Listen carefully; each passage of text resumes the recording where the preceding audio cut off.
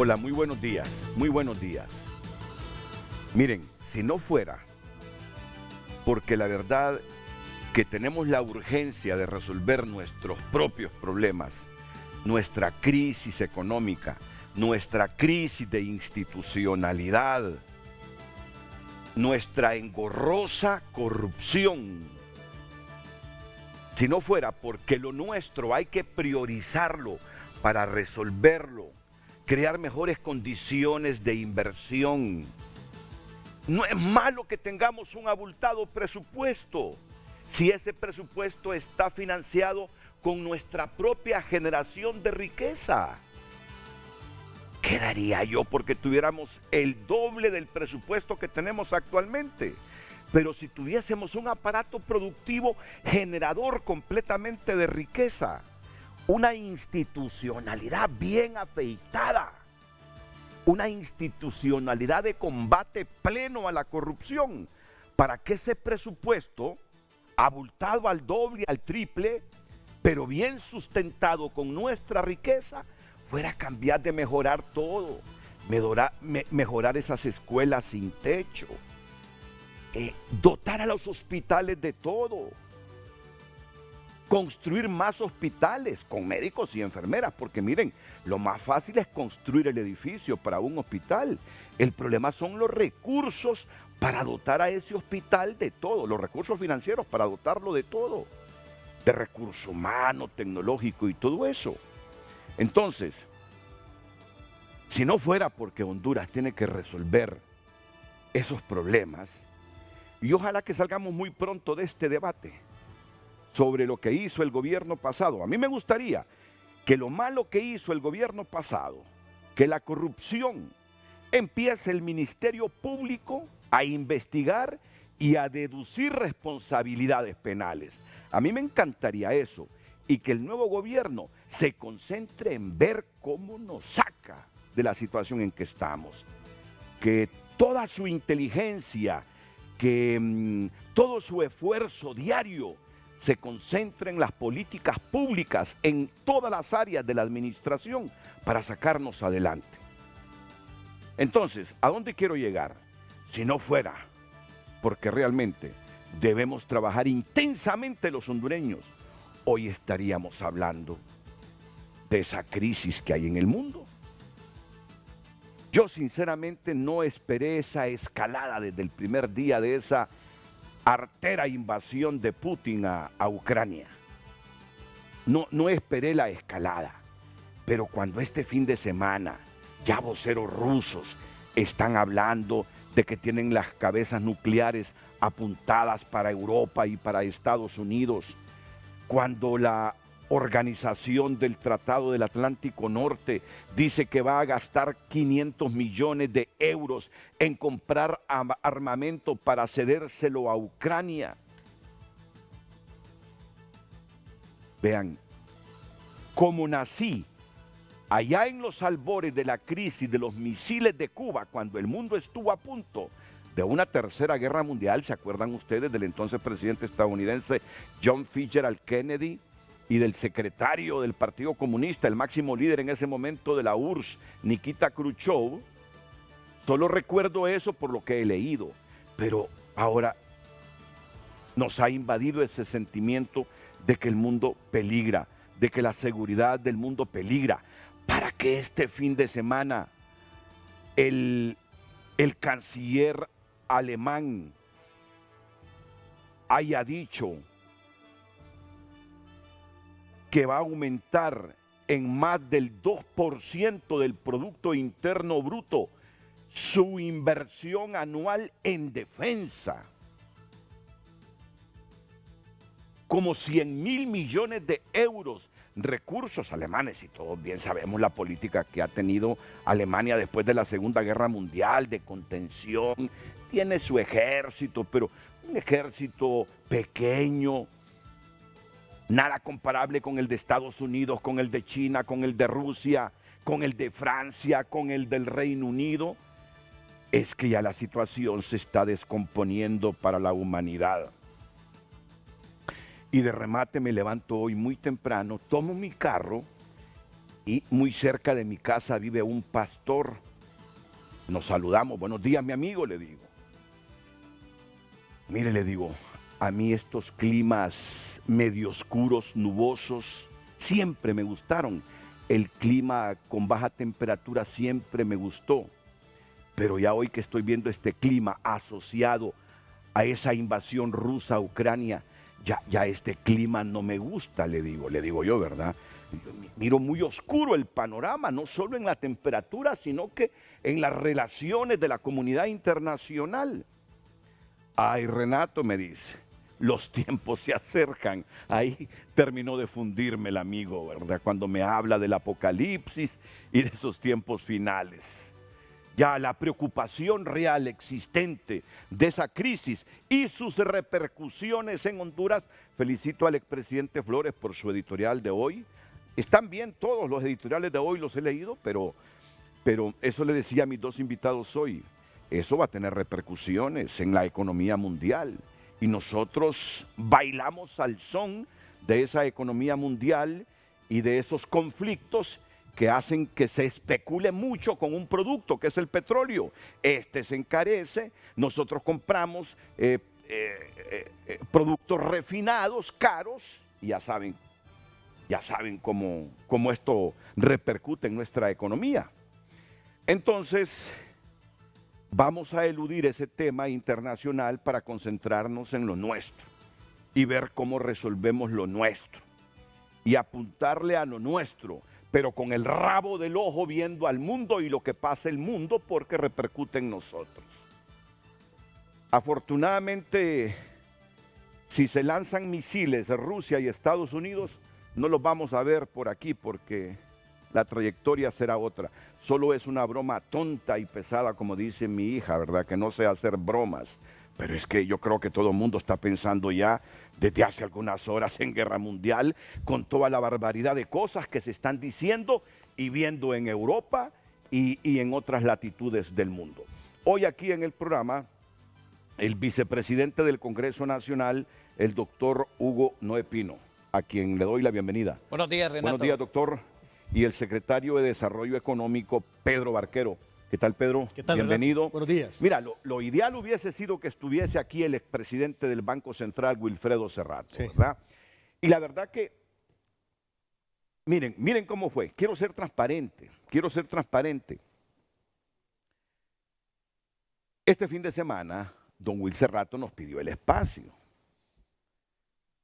1 hora él, 2 horas algunos otros ministros del gobierno anterior.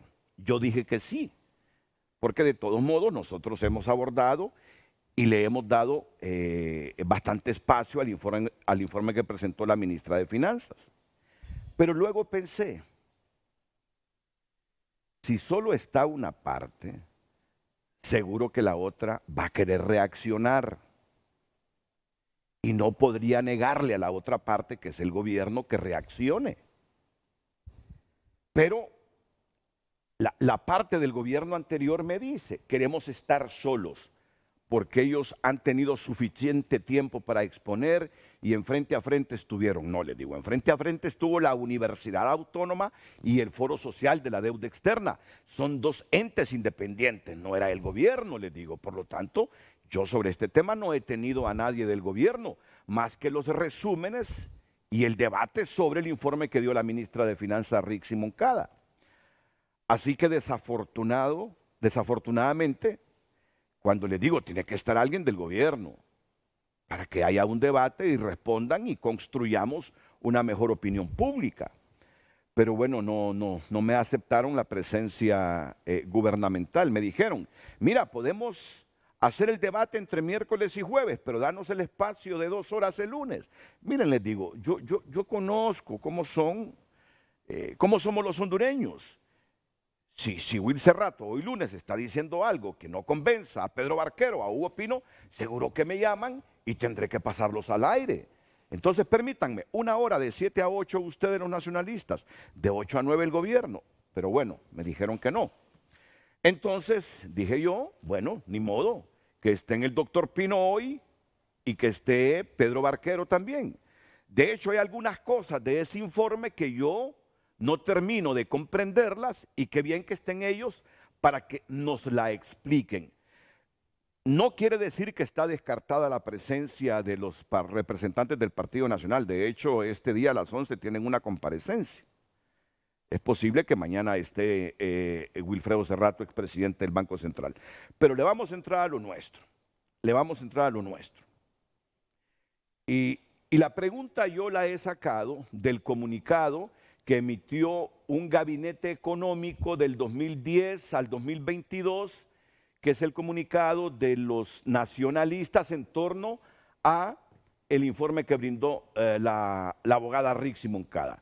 Y este es el título que he escogido para el programa. Por favor, ya lo pusieron en pantalla. Me gustaría que siempre con ese título salga justo cuando le haga el pase a Vivian Montoya. Adelante, Vivian. Muy buenos días, Renato, y también a la audiencia de Frente a Frente. Este es el tema de esta mañana. Los nacionalistas se preguntan en un comunicado de su gabinete económico entre 2010 y 2022, ¿de dónde saca Rixi Moncada esa cifra escandalosa de 168.000 millones de lempiras robados? Envíe sus opiniones a Frente HN en Facebook y Twitter para que después nosotros podamos leer sus comentarios. Seguimos. Y después de eso que he transcrito, textualmente dicen, pudieron decir 280.000, pudieron decir 500.000 millones robados, dice, porque el papel puede con todo. Pero hay algo con lo que yo quiero comenzar el programa, y eso es lo que no acabo de interpretar correctamente. Eso que denunció Rixi del fideicomiso del Instituto de la Propiedad, que justamente se lo preguntaba ayer a Pedro Barquero. ¿Cómo es eso de que todas las transacciones que nosotros hagamos con el IP van a un fideicomiso administrado por un banco, como sucede con los fideicomisos, y no a una caja única? Y el gobierno o el ejecutivo, así lo entendí yo, no se entera de cuánta plata cae en ese fideicomiso. Es decir, para mí eso es atroz, que el gobierno central no tenga control sobre los recursos nuestros cuando vamos a hacer un trámite al Instituto de la Propiedad que van directamente al fideicomiso. Yo entiendo que la Comisión Nacional de Banca y Seguros, por ley, está obligada a supervisar cada fideicomiso con dineros públicos. Así lo dice la ley. Está obligada a verificar y monitorear la buena administración de cada fideicomiso. Pero eso que dice Rixi es realmente para que nos escandalicemos. Pueden hacer uso discrecional de esa plata entonces que llega a los fideicomisos. Si la Caja Única del Estado no se entera, si nadie se entera de la administración de esos recursos. Yo quisiera comenzar por ahí porque me parece que es uno de los tantos temas abordados en ese informe que escandalizan. Pero yo sugeriría que me esperen solo unos 2 minutos. Vamos a ir a la pausa comercial y después voy con todas las respuestas de ustedes. Les prometo preguntitas cortas para que ustedes nos interpreten más allá de lo que dijo Rixi Moncada, los alcances de esa denuncia de la ministra de Finanzas. Por favor, después de la pausa.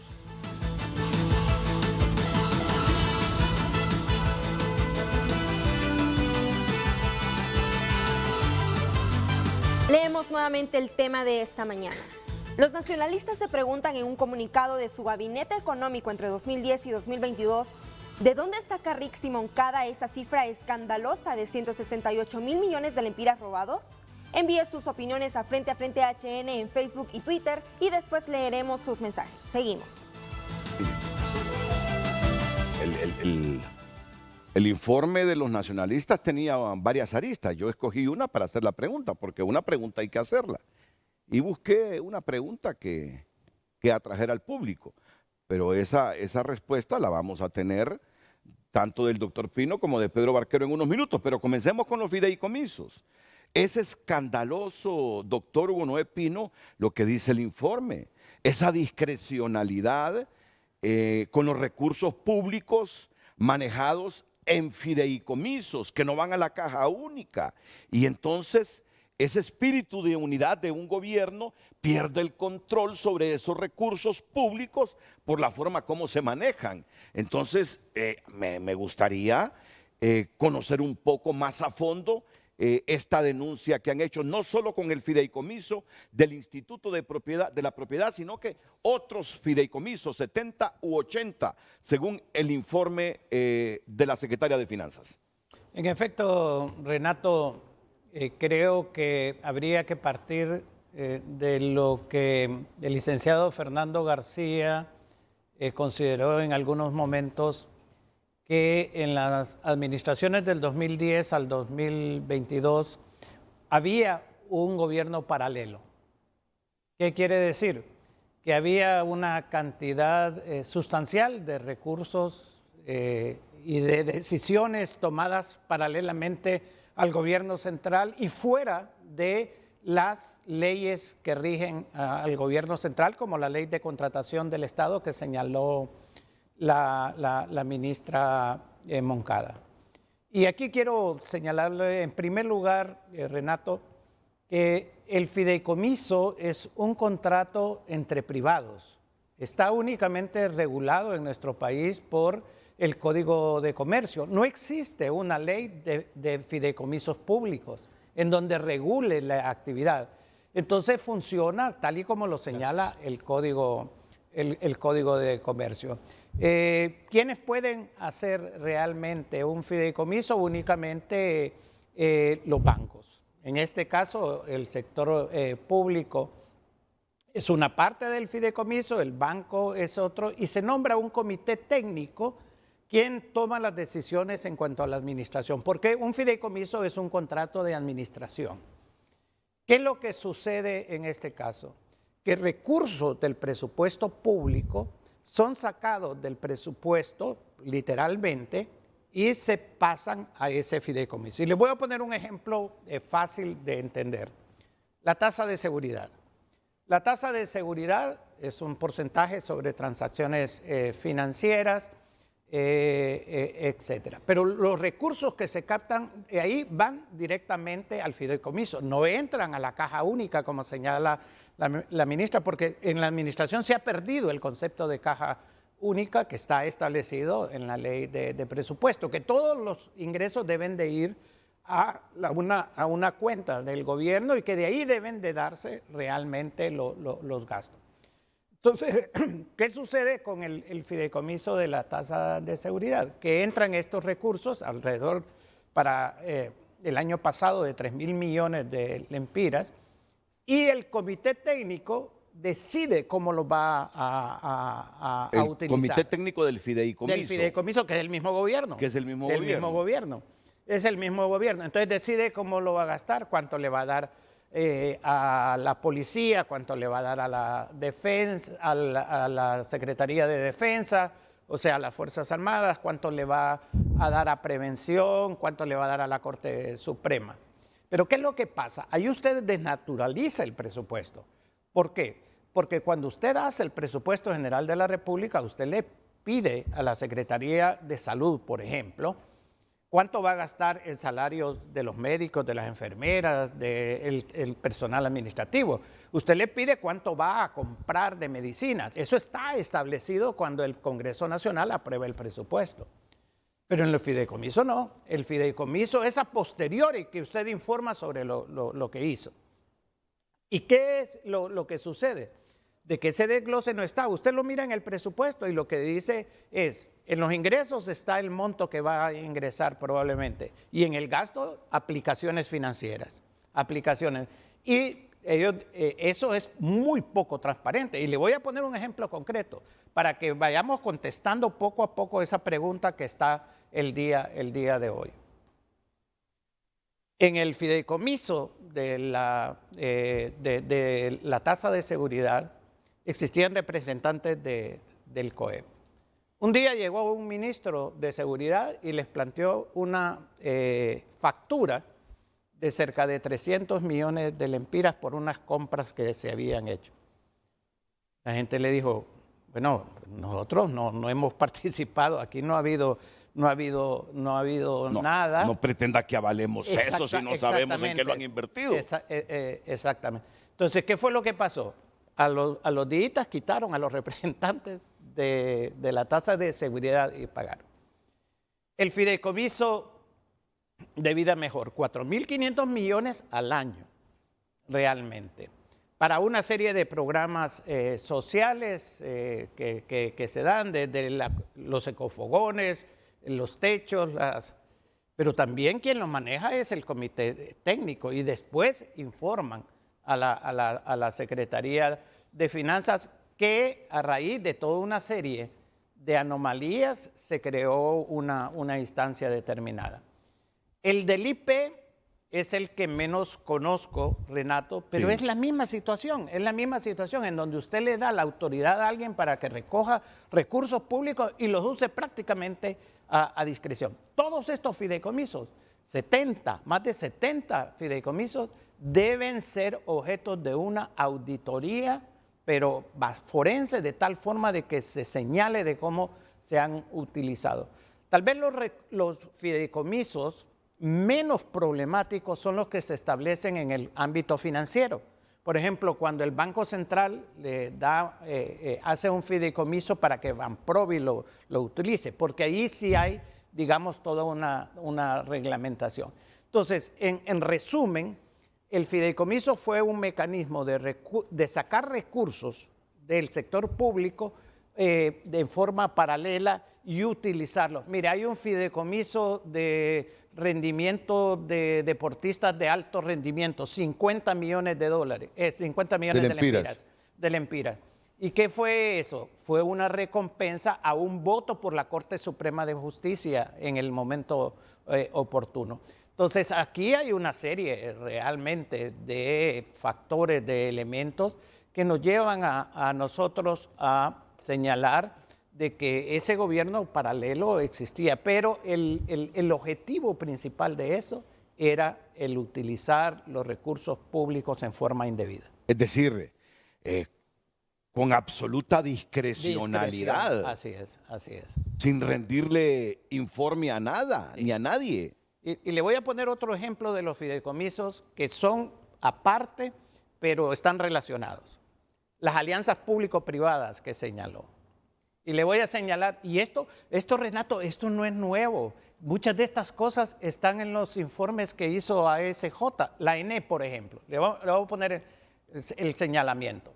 El contrato a través del cual se establece EH en Honduras. Se hace un contrato de fideicomiso, viene una empresa colombiana, hace un consorcio con una empresa hondureña, se establece un banco hondureño que va a manejar el fideicomiso y comienza el funcionamiento del fideicomiso. EH para disminuir las pérdidas, para la facturación, etc. ¿Y qué es lo que sucede? Cuando se va a la licitación de qué empresa se va a contratar, muestran interés dos empresas, EH, ya en consorcio con la empresa hondureña, y Manitoba. Y cuando van a la licitación, solo se presenta una empresa, EH en consorcio con la empresa hondureña. ¿Qué es lo que dice la Ley de Contratación del Estado? La Ley de Contratación del Estado dice que cuando solo hay una participante en una licitación, entonces se declara desierta y se vuelve a realizar. Aquí se asignó. Se asignó exactamente. Y pese a las advertencias. Pero ¿por qué se asignó?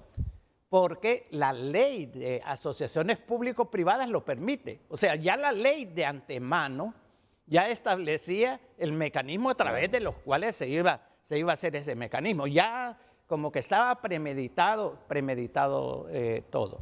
Y le voy a señalar. Y luego viene uno de los problemas que han incrementado las pérdidas de la ENE. Entonces, dentro del contrato está establecido de que se iba a pagar un costo fijo y se hacen estimaciones. A este momento todavía está involucrado el Banco Mundial, porque el Banco Mundial fue uno de los que impulsó las asociaciones público-privadas. Ahorita de estar en Honduras, ahorita de estar arrepentida. Y lo que hace es que establecen y dicen más o menos técnicos del Banco Mundial cuánto puede ser el costo fijo y lo determinan en 7.5 millones de dólares mensuales. Para la EH. Para la EH. Para la EH. Fondos públicos, fondos nuestros, trasladados mensualmente para operaciones de la empresa de Energía Honduras. De la EH, el costo fijo. Pero cuando se hace el contrato, no sé en qué momento, el comité técnico determina que se le va a pagar 15 millones. ¿Por qué? Ahí queda abierta la pregunta. Claro. Ahí queda abierta la pregunta. Dentro de los cálculos que hace la ministra de esos 168,000, ahí hay parte de eso. Entonces, ¿qué sucede con eso? El Banco Mundial se retira, dice, yo ya no participo en esto, porque de seguro vio la intención. Y adicionalmente, la ENE no le paga los 15, sino que solo le paga 11.5. Ese es parte del lío que hay con EH ahora, que está pidiendo esa diferencia. Que le complementen los 15 millones. Sí. Ahora, ¿por qué subió de 7.5 a 11 y por qué no se le pagó los 15 que se señalaba? Todo eso está sujeto a auditoría. Lo mismo Palmerola, el contrato de fideicomiso de la construcción en Palmerola. Solo una empresa participa y a una empresa se le concede. Y adicionalmente, porque esto yo lo recuerdo nítidamente, Renato, se firma el contrato con la empresa que construye Palmerola y cuando usted firma un contrato es porque ya ha hecho los cálculos financieros, ya sabe cuánto va a ser la ganancia y todo esto. ¿Y qué es lo que pasa? Yo creo que ni había pasado un año y va al Congreso a que le quiten los impuestos, el impuesto sobre venta y toda la cuestión que ella no va a pagar. Esto es una cuestión adicional. Y no digamos lo que vino después, la administración de Toncontín sin licitación.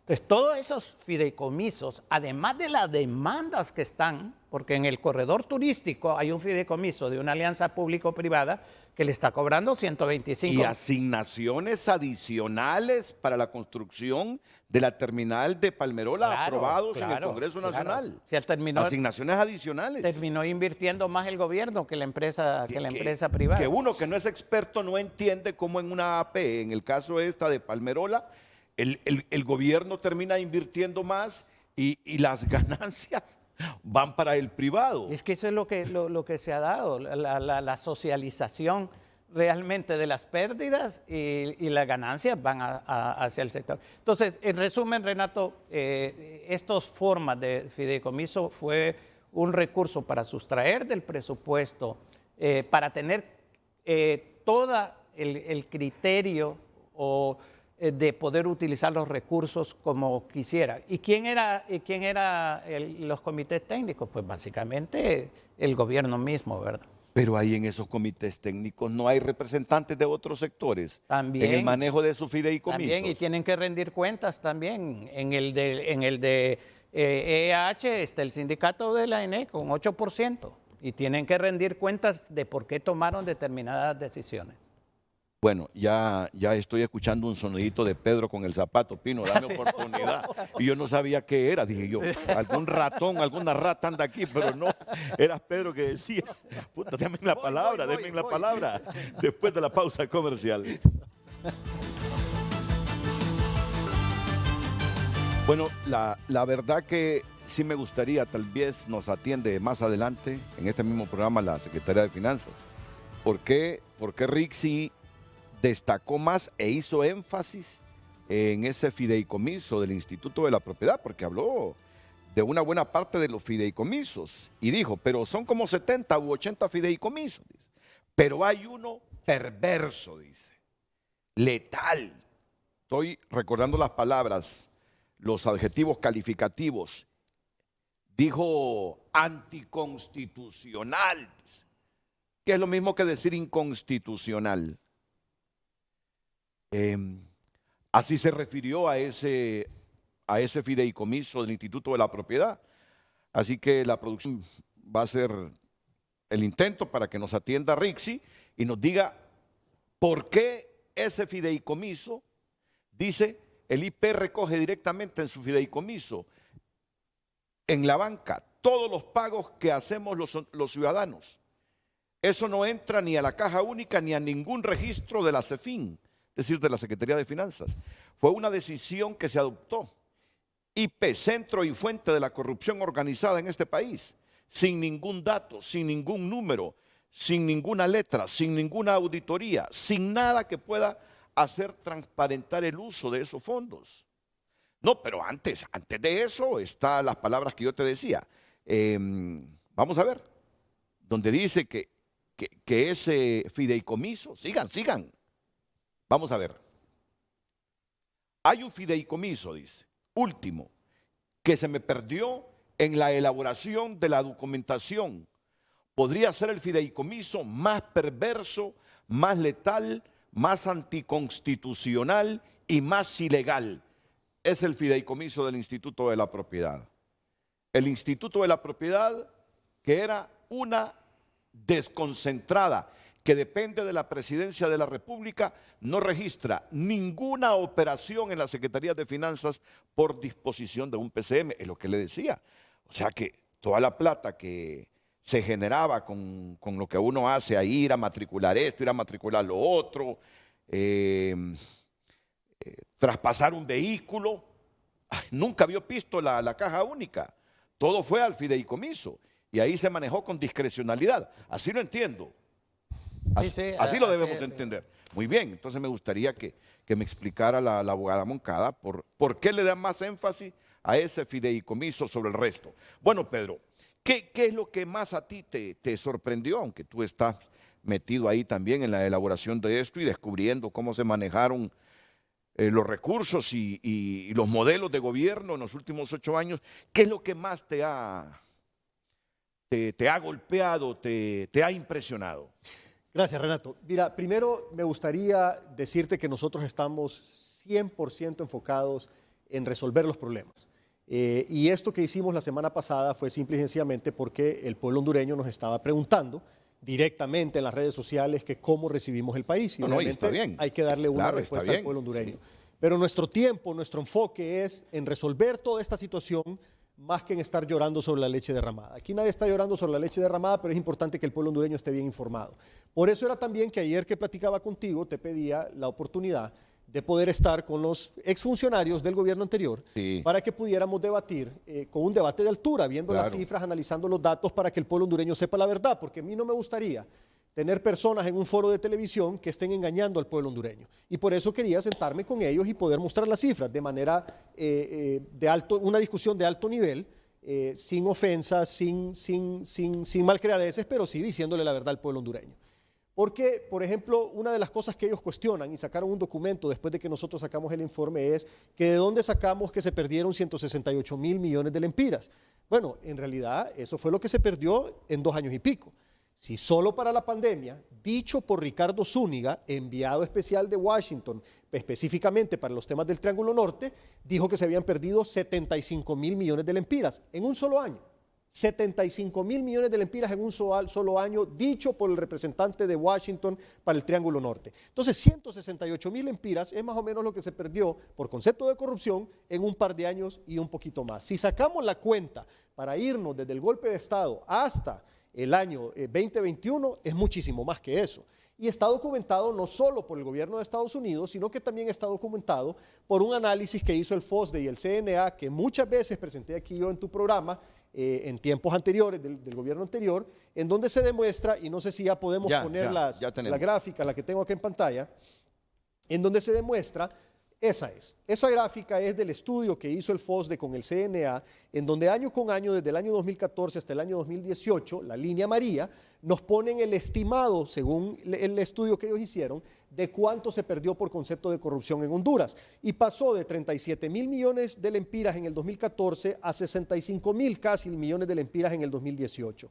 Aquí, obviamente, solo sale hasta el 2018 porque el estudio fue hecho en el 2019 con cifras al 2018 y no ha habido una actualización. Pero si a eso le sumamos entonces el 2019, un paso intermedio entre 64 mil y los 75 mil del año 2020, y luego llegamos llegas a los 75.000 del 2020, te das cuenta que 168.000 millones son apenas 2 años y pico de lo que se perdió por concepto de corrupción. Así es que ahí está la respuesta. Dos fuentes diferentes. El gobierno de Estados Unidos, que de manera oficial fue dicho por Ricardo Zúñiga, y el análisis del FOSDE y el CNA, que te certifican entonces los montos perdidos en corrupción. Bueno, dicho eso, lo que más me sorprende a mí es precisamente esto, Renato, el nivel de corrupción y la responsabilidad del manejo de la cosa pública. Porque este nivel de corrupción, en lo que se tradujo, Renato, fue en más pobreza. En el 2009, la pobreza en Honduras era de 58%. Hoy estamos recibiendo el país con más de 74% de pobreza. Y eso es lo lamentable, que esta corrupción, esta enorme cantidad de recursos públicos que fueron dilapidados del presupuesto general de la República, significa mayor pobreza para el país. Son alrededor de 16, 17 puntos los que aumentó la pobreza en esta última década, a pesar de que aumentó considerablemente la recaudación tributaria y el endeudamiento del país. El país tenía una deuda de alrededor de 3.500 millones de dólares en el 2009. Hoy debemos más de 17.000 millones de dólares, sin tomar en cuenta la deuda flotante. Entonces, esa enorme cantidad de aumento de la deuda, esa enorme cantidad del aumento de la recaudación tributaria, que casi se triplicó, se multiplicó creo que por 2.5 veces, si mal no recuerdo, y encima de eso, con lo que se pierde en corrupción, el resultado es más pobreza. Hay un solo indicador que es el que te mide la gestión de un gobierno, la pobreza. El objetivo de todo gobierno debe de ser, en Honduras y en todos los países, mejorar la calidad de vida de los ciudadanos, y por lo tanto, el índice de pobreza debe ser lo que realmente te mida si llegaste o no llegaste a la meta. De nada te sirve aquí que te digan que mira que controlamos el esto, que controlamos el otro, que tal institución nos felicitó, si en Honduras tenemos hoy un 17% más de pobres que hace una década después de gastarse semejante enorme cantidad de recursos. Ahora, ¿qué es lo que hay que hacer? Resolver el problema, y para eso estamos. Y para eso, precisamente, el año pasado, con este proyecto político, hicimos una campaña para poder llegar al poder y resolver esos problemas. ¿Qué se tiene que hacer? Primero, eliminar la corrupción y la impunidad. Esa es la clave, porque la corrupción y la impunidad es lo que nos llevó a la situación que tenemos actualmente. Por lo tanto, se eliminan los problemas de raíz, y la raíz es la corrupción y la impunidad.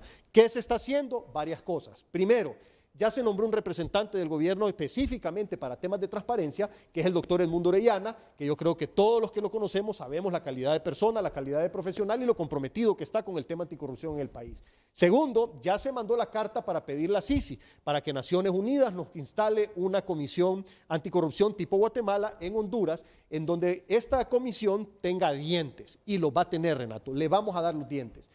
Yo sé que últimamente hay muchas personas que puede hacer que estén pensando si nosotros como gobierno realmente vamos en serio con el tema anticorrupción. Las señales son claras y son obvias. El hecho de estar pidiendo la Sisi es la señal más clara del compromiso del gobierno de la República de combatir y eliminar la corrupción en nuestro país. Esta comisión va a ser una comisión independiente que no va a salir ni del presupuesto general de la República para que nadie lo pueda manipular, ni tampoco va a tener nada que ver el gobierno con el nombramiento de sus ejecutivos, sino que va a ser una terna que lo va a seleccionar Naciones Unidas, y esto lo venimos pidiendo desde que se ganaron las elecciones. Yo recuerdo las primeras reuniones que tuvimos con la presidenta electa en aquel momento, Xiomara Castro, y con la representante de Naciones Unidas, y otras reuniones con los representantes del gobierno de Estados Unidos, donde desde el 29 de noviembre se estaba pidiendo la instalación de la Sisi. Hoy ya nos dijeron los representantes de Naciones Unidas que ya tienen los recursos conseguidos, o sea que eso es una realidad, solo es cuestión de tiempo. Entonces esa es una cuestión que estamos haciendo. Lo segundo es, a la par del combate a la corrupción y la impunidad, es el fortalecimiento del Estado de Derecho. El fortalecimiento del Estado de Derecho implica el respeto de la ley, el imperio de la ley. La mejor definición que yo he encontrado de Estado de Derecho es que todos seamos iguales ante la ley, siendo la ley justa. Entonces son tres elementos. Primero, la igualdad. Segundo, el imperio de la ley. Y tercero, la justicia de la ley, que la ley te sirva para hacer justicia y no para ser manipulada por ningún grupo de interés, ni por los que estuvieron antes, ni por los que estamos ahora, porque ese es otro mensaje importante.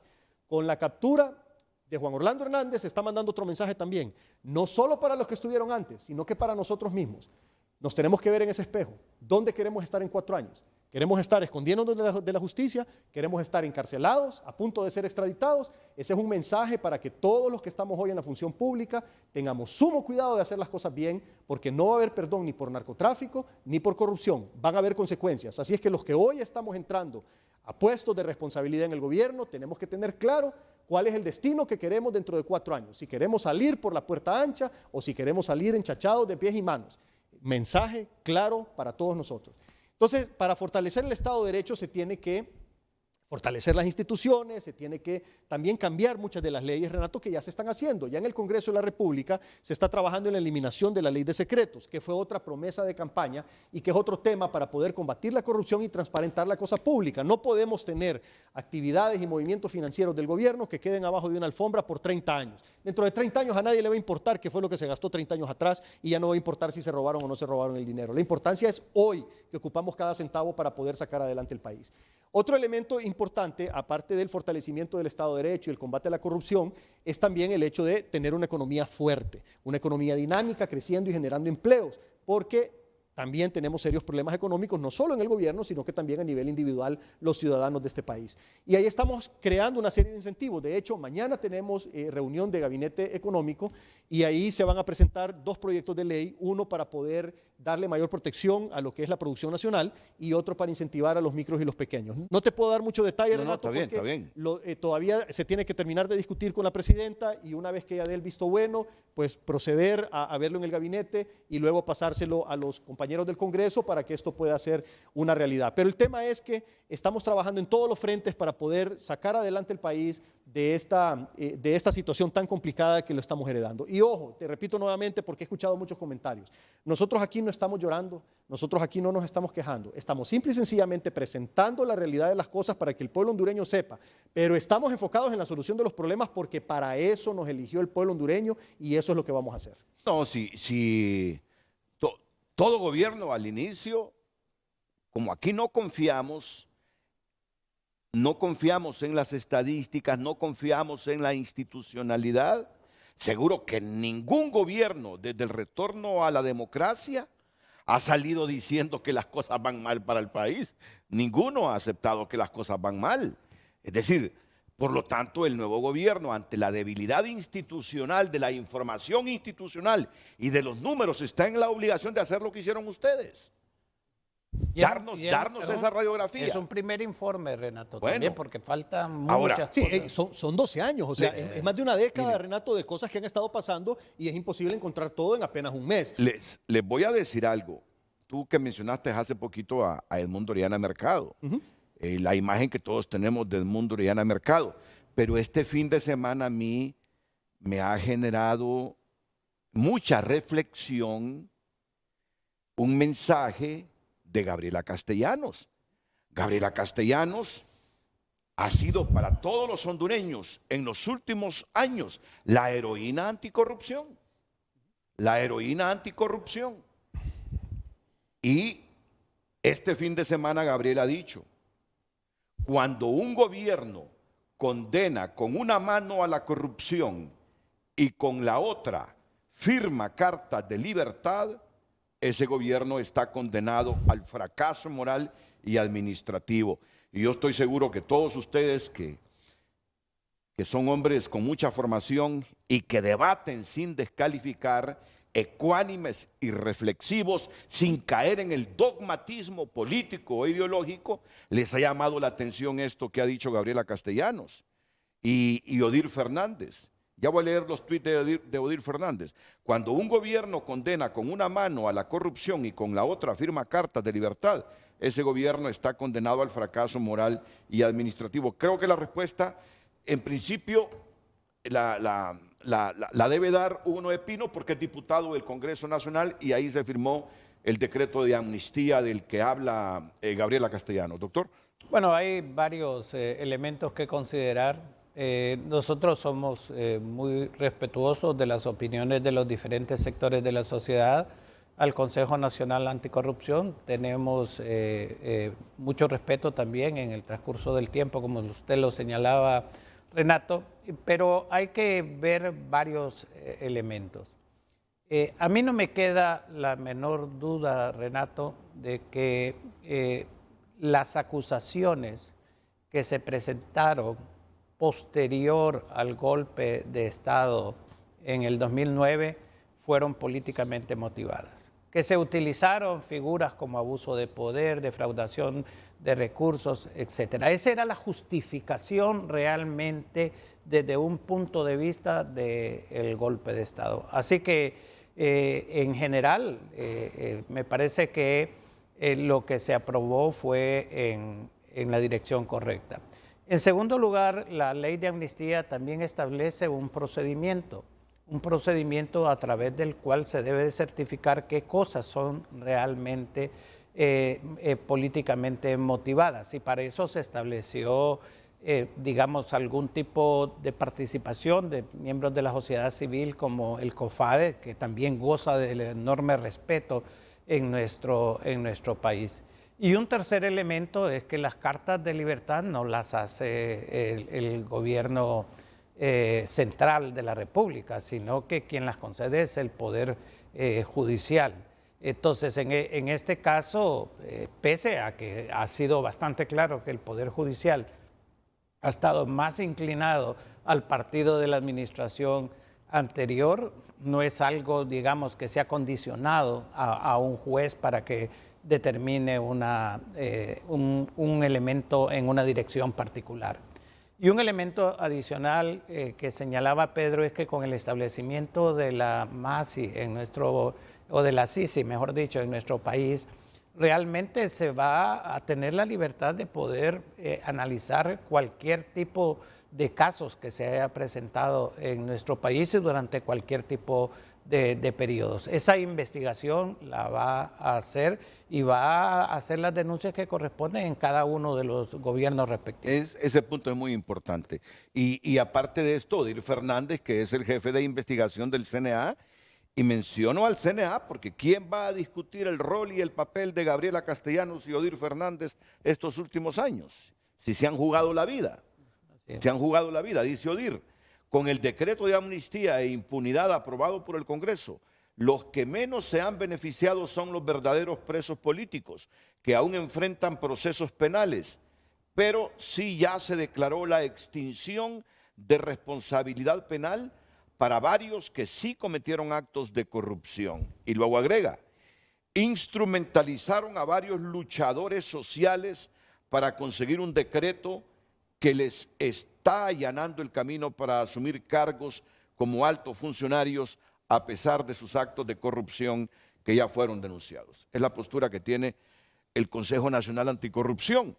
Y el otro puntito, mira que la gente cuestiona, y a mí me gustaría escuchar la opinión de ustedes, y esto es fundamental, antes de seguir con el debate del informe, porque ese gabinete económico entre 2010 y 2022 presentó algunos argumentos ahí sobre lo que dijo Rixi Moncada. Entonces, como es breve, yo se los voy a leer para que ustedes me den sus inquietudes.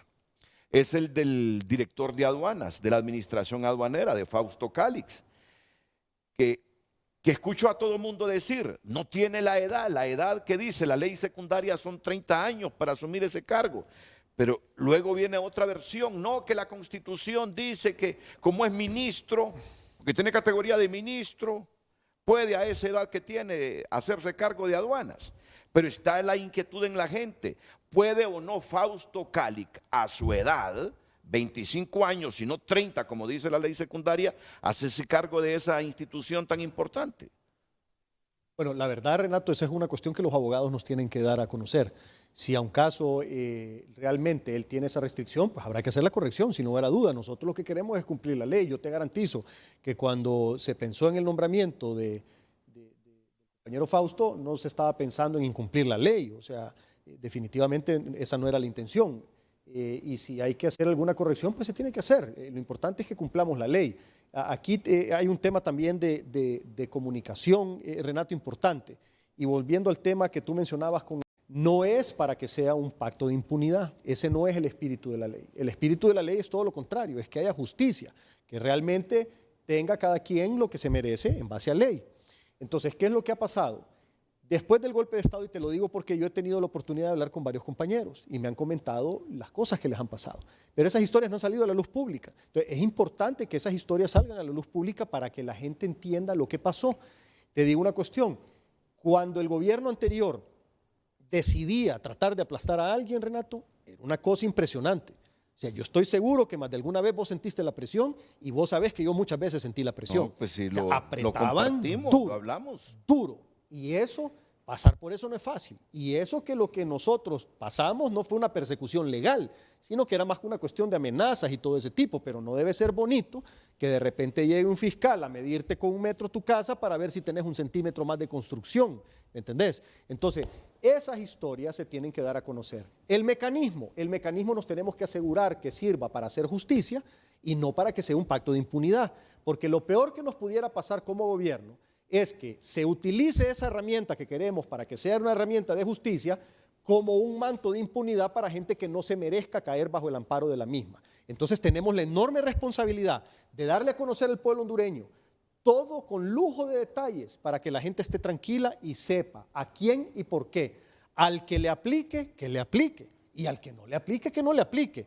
Pero es importante darlo a conocer para que todos los hondureños entonces sepamos qué está pasando, por qué está pasando y si realmente es correcto lo que se está haciendo y lo que se va a hacer, porque falta mucho de aquí en adelante. Entonces el tema de la comunicación es importante. Con el tema de Fausto, te repito, yo no he escuchado a nadie en el gobierno, Renato, decir que no le importa la ley o que no quieren cumplir la ley o que hay que buscar cómo darle vuelta a la ley. No he escuchado un solo comentario de eso, ni en la campaña, ni en el periodo de transición, ni ahorita que ya somos gobierno.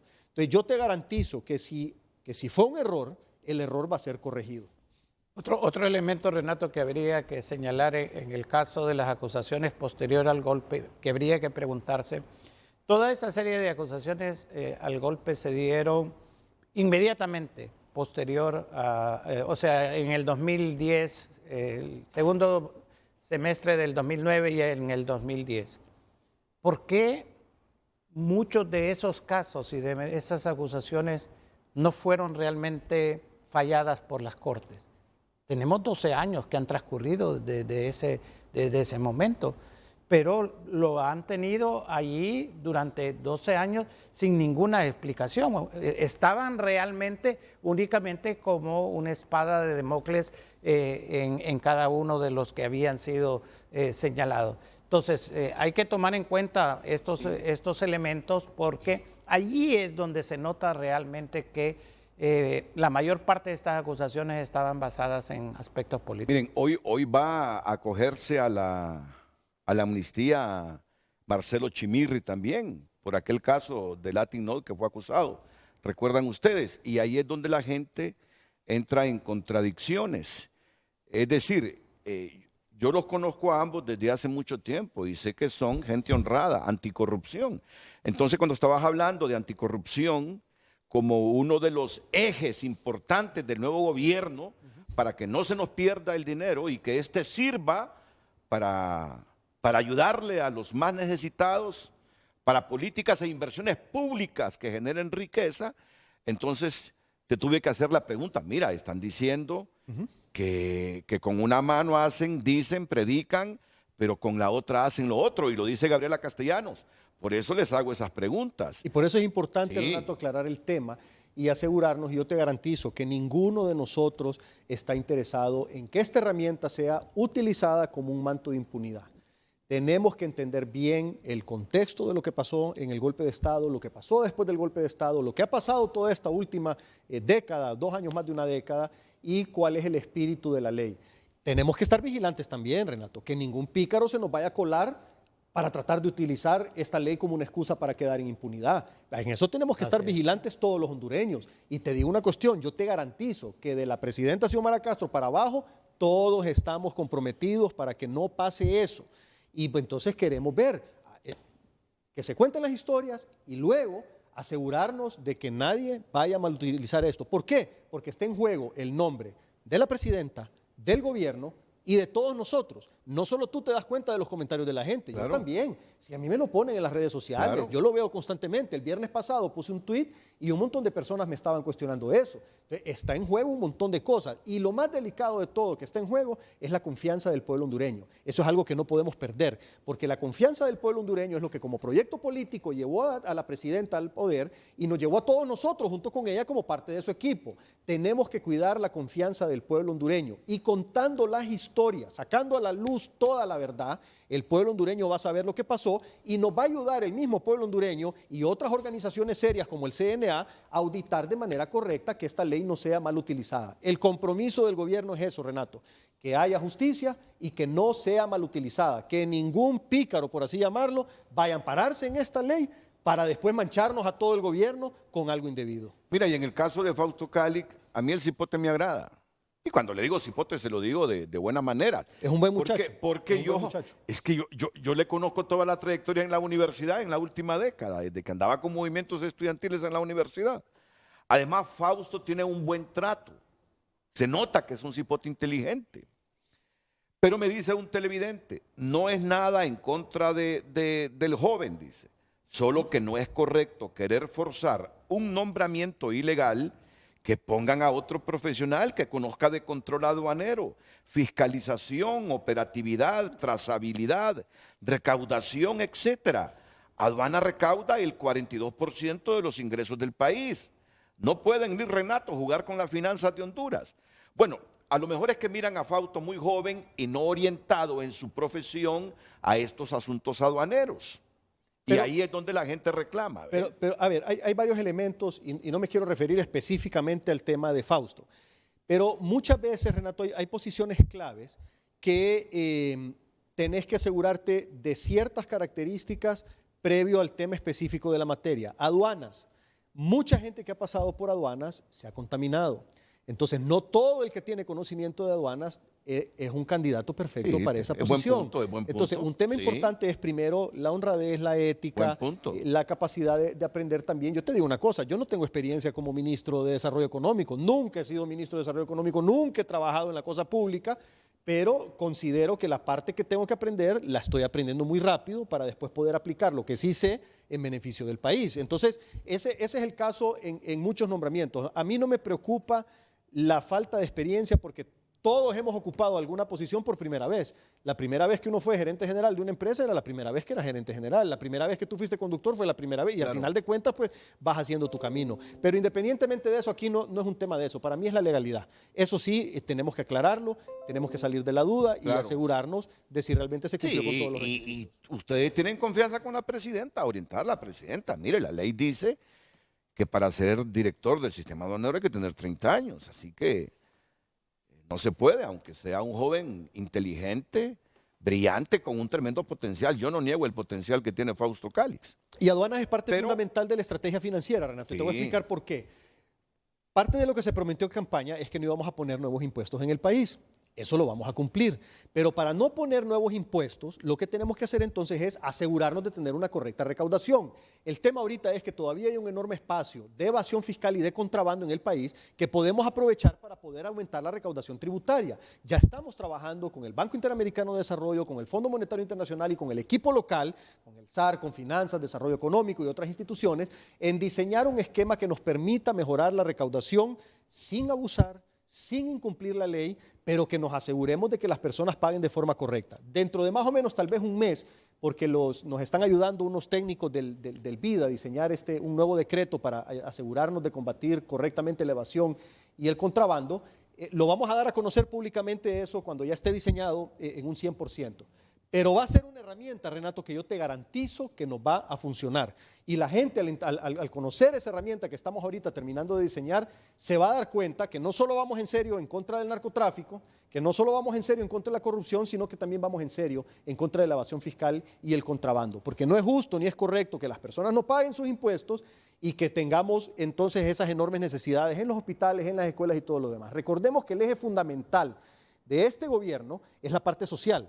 Pero para poderle hacer frente a los requerimientos de los gastos de la parte social, tenemos que tener una economía fuerte, creciendo, generando empleos y pagando los impuestos que se necesitan para poder sufragar esos gastos de la parte social. Me gusta escucharte hablar así como al doctor Hugo Noé Pino, porque en los últimos años usted con los informes del ICEFE, del Instituto Centroamericano Fiscal, así es que se llama, ¿verdad? Sí, así es. Sí, y Pedro Barquero, con las exposiciones que hacías, hoy estás diciendo lo mismo y eso es lo bueno.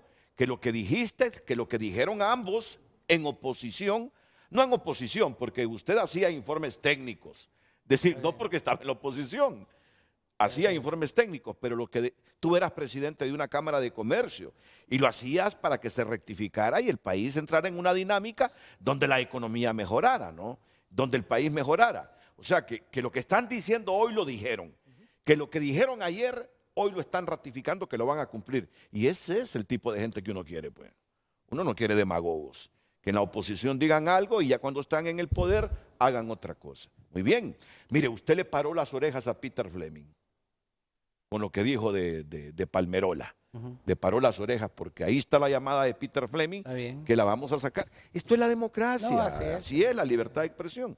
Está llamando Peter Fleming, así que después de la pausa lo escucharemos con este asunto Solo una pequeña corrección al televidente.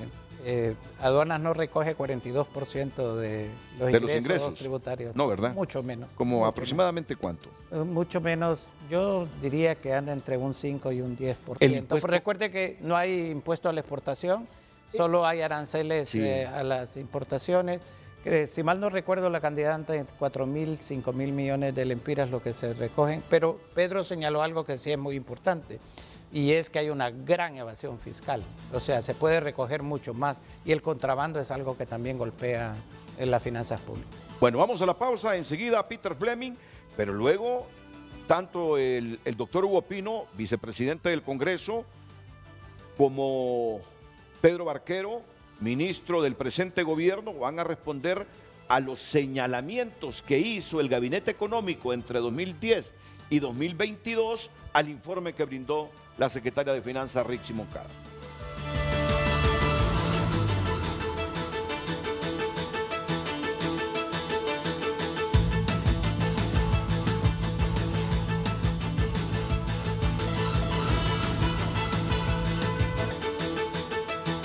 Tal como se los anunciamos hace algunos minutos antes de la pausa, está en comunicación con Frente a Frente el director general del aeropuerto de Palmerola, don Peter Fleming.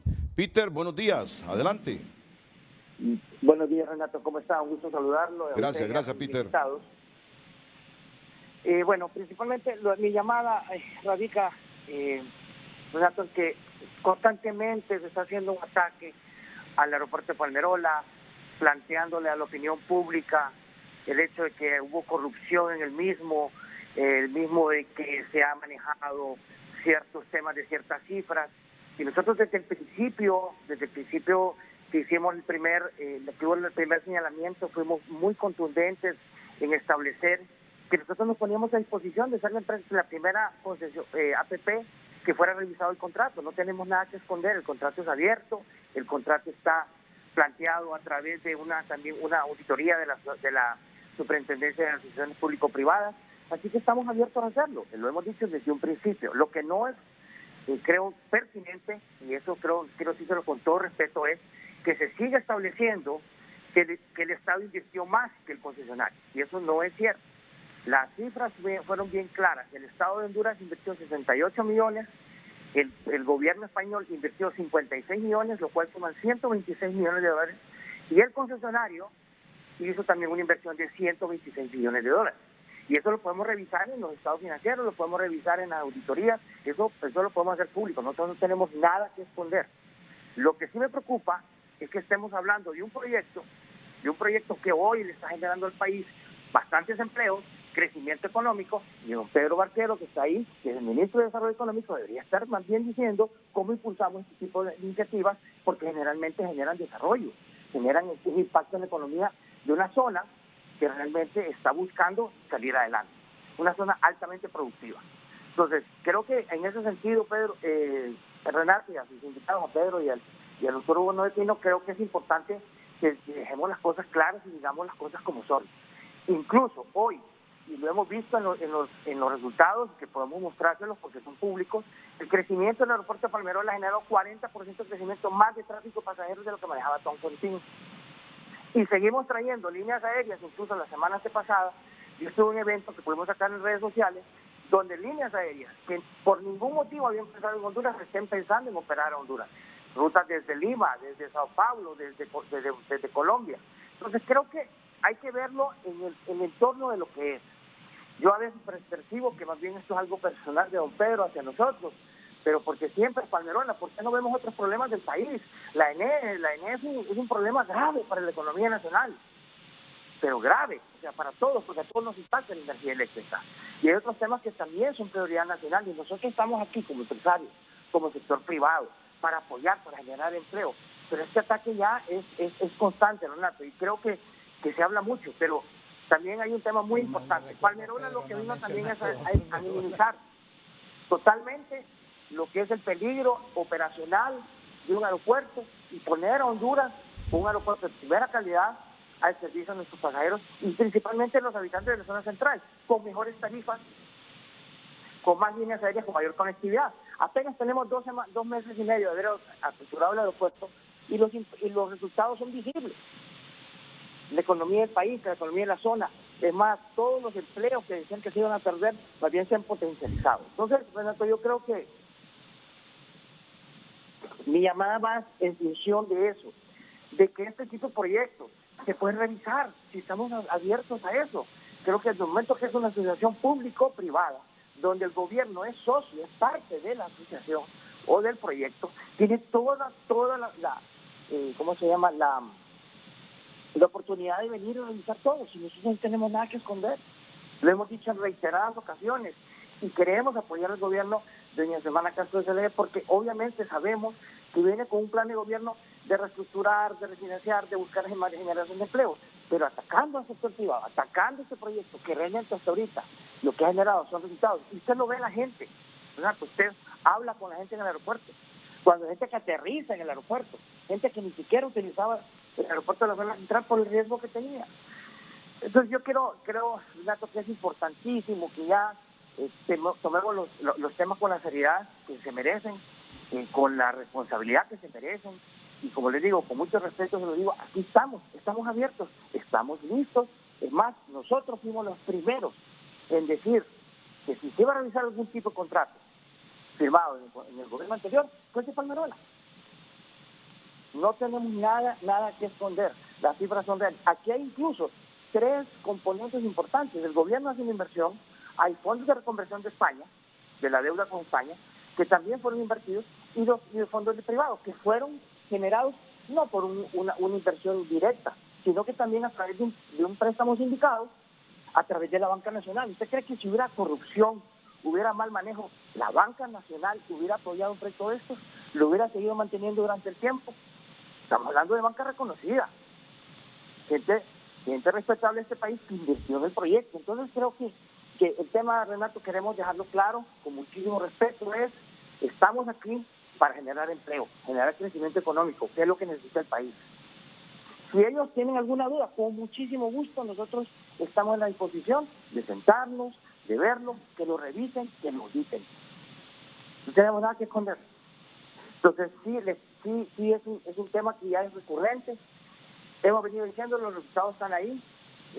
La comercialización internacional del aeropuerto se está haciendo, los compromisos están cumpliendo, estamos ahorita próximos a la apertura de la terminal de carga, no sé cuánto potencial va a tener una terminal de carga en un sector agroindustrial y productivo del país para generar exportación de nuestros productos, que va a generar divisas para el país. Y no digamos eso, empleo, beneficio a la economía hondureña. Que cada hondureño en esa zona pueda tener la oportunidad de tener un ingreso a su hogar. Entonces, como le digo, quería nada más participar, Renato, para realmente, creo que siempre se habla de Palmerola, hay otros proyectos en el país que no se dice nada, y creo que tenemos que ser justos. APPs no solo es Palmerola, APPs hay un montón, y todas, creo que ninguna de ellas ha dicho que no se le revise, que no se le audite, porque obviamente el Estado es socio. Cuando el Estado es socio, un socio puede tomar en cualquier momento la decisión de mandar una auditoría, y eso no es nada de malo. Ahora, cuando somos empresas responsables, nos ponemos en primera fila, porque sabemos eso. Entonces, Renato, básicamente eso, y como le digo, también se ha articulado mucho sobre el valor del proyecto. El valor del proyecto, recordar que era un greenfield, que es básicamente que había una pista que tenía muchos años, que era operada por la Fuerza Aérea Americana y la base de la Academia Nacional de Aviación de la Fuerza Aérea Hondureña en Palmerola, y nosotros lo que venimos a hacer fue una terminal con 7 mangas, que inicialmente el contrato eran 4, le metimos 3 mangas más, 15.000 metros cuadrados más de terminal, Y adicionalmente hicimos todo lo que es la agenda para poder generar mayor beneficio, porque obviamente un aeropuerto, me hablaban de que expertos decían que costaba 50, 60 millones de dólares. Renato, un aeropuerto, solo para darle un ejemplo, ¿cuánto costaron las 4 mangas del aeropuerto de El Salvador, recientemente inaugurado? 24 millones de dólares. Entonces, estamos hablando de cosas que no son, y como le digo, y también se habla que nosotros fuimos la única empresa. No, Renato, hay que poner la memoria donde es. Usted recuerda que en el año 2009 el presidente Manuel Zelaya, en sus funciones, cuando hubo el accidente de Saca, cerró el aeropuerto y dijo que se abriría en Palmerola. En ese momento, el que estaba al frente de las concesiones, de los 4 aeropuertos, que hicieron monopolio, pero obviamente bajo una concesión del Estado, se entendía, era Interairports, y en ese momento Interairports gestionó la apertura de Toncontín y el gobierno comenzó un proceso de licitación para hacer una terminal en el aeropuerto de Palmerola. Esa licitación en el año, si no mal recuerdo, 2014 o 2015, se adjudicó a una empresa. Y esa empresa no lo hizo en un año y se le aplicó la garantía. Se volvió a hacer otro proceso licitatorio, donde participaron varias empresas. Desafortunadamente ya no está Coalianza para que poder nombrar las empresas que habían, pero sí hubieron cerca de 25 empresas que compraron bases, y obviamente en esta oportunidad ENCO, a través también de la asesoría de Munich Airport, ganó esa licitación. Pero no es que se fuera de dedo, no es que solo participó una sola empresa. Entonces creo que hay que informarse mejor de esos temas, porque estos temas vienen desde el año 2009. Que en aquel momento, incluso yo tengo recortes donde Manuel Zelaya hablaba sobre la seguridad de los pasajeros, porque el cierre de Toncontín se produjo a través del accidente de Taca, una mañana totalmente catastrófica para la ciudad, donde no pasó a más por la pericia del piloto, que en paz descanse, pero realmente eso es lo que estamos buscando, mejorar la seguridad operacional del aeropuerto, y eso lo hemos cumplido. Cada persona que aterriza en Palmerola tiene incluso otro semblante. Estamos generando empleo, estamos generando más tarifas más bajas. Por ejemplo, la tarifa que estamos lanzando ahorita con Spirit, $149. American Airlines ya bajó a $262, tarifas que usted nunca había visto en la zona central del país. Entonces me pregunto, ¿quién está tratando de seguir enfrentando a Palmerola? Si está beneficiando a un montón de personas en la zona central del país. Y me hablaban también que se iban a perder muchos empleos en Tegucigalpa. Renato, si nosotros crecemos el tráfico más de 700,000 pasajeros al año, ¿dónde cree que se hospedan esos pasajeros? ¿Dónde cree que van a llegar esos pasajeros? ¿Cómo se van a movilizar esos pasajeros? Obviamente la capital está a 50 minutos. Entonces, creo que hay que tener el contexto total de lo que es un sistema aeroportuario, los beneficios y la derrama económica genera. Entonces, como le digo, invito a sus panelistas a que nos sentemos, veamos, envíen las auditorías que sean necesarias. Nosotros no tenemos nada que esconder, pero sí se hable con toda la responsabilidad. Ok. Bien, muchas gracias. Peter Fleming, director general Aeropuerto Palmerola. ¿Tienes algo personal tú, Pedro? Después de la pausa comercial. Para nada. De inmediato leemos los mensajes que nos han llegado a las redes sociales de Frente a Frente HN. Dicen altavoz: podría ser mucho más, cifra que seguirán creciendo cuando terminen de instalarse las nuevas autoridades y continúen investigando en cada institución a través de auditorías externas con el Consejo Nacional Anticorrupción y el Foro Social de la Deuda Externa y Desarrollo de Honduras. José Luis Moncada: identificar y documentar los actos de corrupción y pasar al Ministerio Público. Los fideicomisos son contratos entre las partes. La naturaleza de que sean públicos los recursos amerita una normativa especializada para evitar mal manejo y corrupción. Ever Ariel Núñez: lo más importante de todo esto es que se diga el nombre de las instituciones bancarias privadas que han administrado los fideicomisos con nuestros impuestos y los han manejado como dinero privado. No hay que ocultar nombre. A los empresarios siempre les cuidan las espaldas. Fabricio Zavala: esa cifra solo nos da a conocer el mal manejo de nuestras finanzas públicas y nos da como respuesta la razón del aumento del índice de pobreza en Honduras, entre paréntesis 75% de la población. Se debe de castigar a los responsables no solo penalmente, sino que también devuelvan lo robado. Sergio Bendaña: Los fideicomisos bien manejados son excelentes herramientas para el gobierno.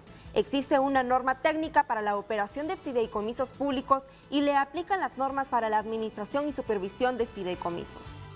Reinaldo Escobar Andino. No hay nada que probar.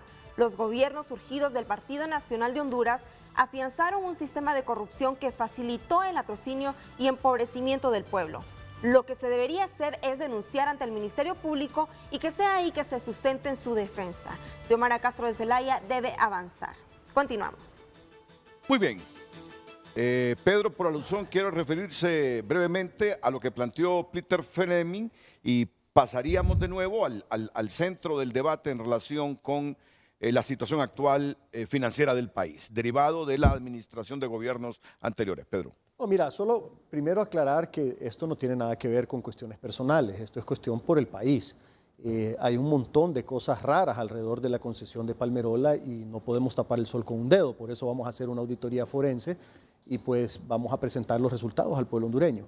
Primero empieza, tal como estaba mencionando el doctor Hugo Noé Pino, desde el momento de la licitación, o sea, se hace una licitación, se gana la licitación con unas condiciones y al poco tiempo después cambian totalmente las condiciones. O sea, si las condiciones que hoy tiene esa concesión se hubieran ofrecido desde el inicio, desde cuando se tiró a licitar eso, un montón de ofertas se hubieran recibido y eso no pasó, eso no es transparente.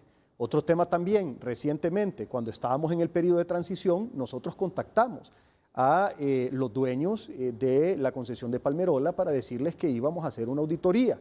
Si bien es cierto, nos dijeron que estaban de acuerdo en renegociar el contrato, también vimos después, cuando vinieron los maestros a quejarse de que se les estaba queriendo usar 100 millones de dólares de sus pensiones, le pedimos a la Junta Interventora que no hiciera la operación.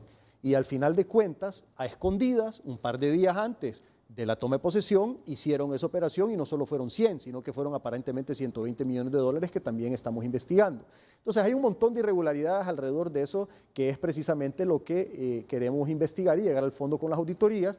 Y yo lo único que le puedo decir a estos señores de la concesión es que no es nada personal, es simple y sencillamente el interés de que en el país las cosas se hagan bien, se hagan de forma correcta, que no se hagan las cosas con artimañas, a escondidas, a oscuras utilizando la inocencia de algunas personas. Te voy a contar algo. Sí. Con este tema de los fondos de pensiones. Claramente se le dijo al concesionario, te vamos a revisar el contrato con el objetivo de cambiarlo. Él estaba sabido que el contrato se va a cambiar y lo vamos a hacer. ¿Por qué? Porque una de las cosas que queremos hacer, por ejemplo, es volver a tener Toncontín operativo para los vuelos internacionales y lograr ver si podemos atraer líneas aéreas. Entonces, si él sabía que el contrato se va a cambiar, que las condiciones se van a renegociar, ¿por qué aceptó que se le diera una inversión de más de 100 millones de dólares del dinero de las pensiones de los maestros?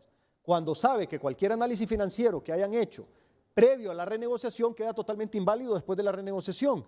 Eso no es ser transparente, eso no es ser honrado, eso no es ser correcto, ni con el país, ni con los fondos de pensiones, ni con los maestros. Y el otro tema también, ¿por qué se le da un contrato a una concesión totalmente beneficiando al concesionario y en contra de los intereses nacionales?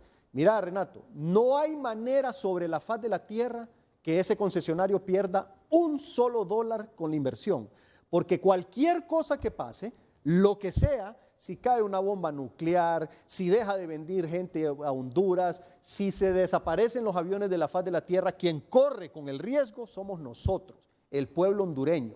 Y si cualquier cosa pasa con esa concesión, del dinero de nuestros impuestos le vamos a tener que pagar al concesionario cualquier pérdida que pueda tener. Eso tampoco es ser empresario, eso es ser pirata, porque un empresario es el que invierte, arriesga, corre riesgos y juega con su dinero para ver si gana o pierde. Pero una persona que mete dinero y que se le garantiza a través de decreto las cosas para que no pueda perder, no merece ser llamado empresario. Es una tristeza que haya gente en el país, y no solo esta concesión, varias concesiones fueron exactamente igual. Aprovechándose del dinero del pueblo hondureño, están haciendo grandes fortunas sin correr un solo riesgo.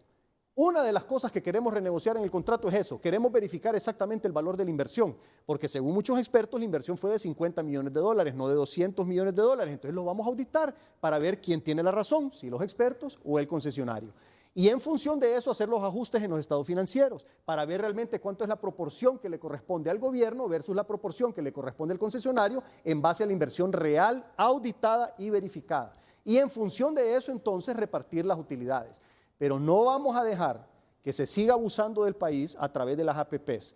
Las asociaciones públicos-privadas fueron mal utilizadas, fueron abusadas y fueron un nido de corrupción del gobierno anterior. Sin lugar a dudas lo estoy diciendo porque esa información, mucha de ella ya es pública, pero hay otro montón de información que se está pasando a los entes operadores de justicia para que investiguen y procedan de acuerdo a ley. Bueno, usted recuerda, doctor Pino, que el mismo Consejo Hondureño de la Empresa Privada en su momento dijo que las APP eran un modelo exitoso en muchos países, pero que en Honduras se convirtieron en una fuente de corrupción. Eso lo dijo el actual presidente del COEP, Juan Carlos Icafi. Bueno, para que terminemos con este asunto.